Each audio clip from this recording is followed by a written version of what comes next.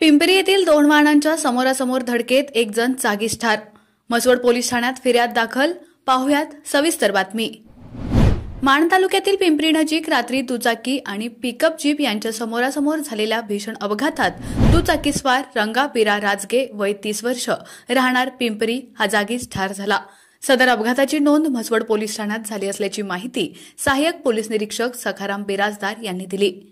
रंगा बिरा राजगे हा पिंपरी येथील रहिवासी असून पिंपरीपासून 2 किलोमीटरवर मनकर्णवाडी हद्दीत असणाऱ्या लोणार वस्तीनजीक राजगे वस्तीवर राहण्यासाठी आहेत।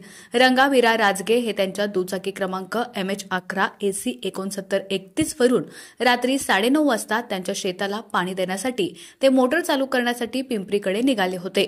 त्याचवेळी महिंद्रा पिकअप जीप क्रमांक MH11 CH 0055 ही म्हसवडकडून कोंबड्या घेऊन दहिवडीकडे जात असताना या दोन्ही भरधाव वाहनांचा समोरासमोर अपघात झाला।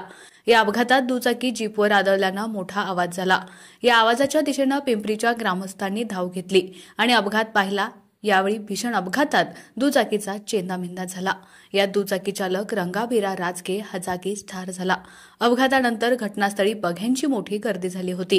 ही बातमी पिंपरीचे पोलीस पाटील यांनी म्हसवड पोलिसांना सांगताच म्हसवड पोलिसांनी तात्काळ घटनास्थळी जाऊन ग्रामस्थांच्या मदतीने दोन्ही वाहनं बाजूला घेत इतर वाहतूक सुरळीत केली। सदर अपघाताची फिर्याद पांडुरंग जिजाबा राजगे यांनी म्हसवड पोलीस ठाण्यात दिली आहे। अधिक तपास सहाय्यक पोलीस निरीक्षक सखाराम बिराजदार यांच्या मार्गदर्शनाखाली सुरू आहे।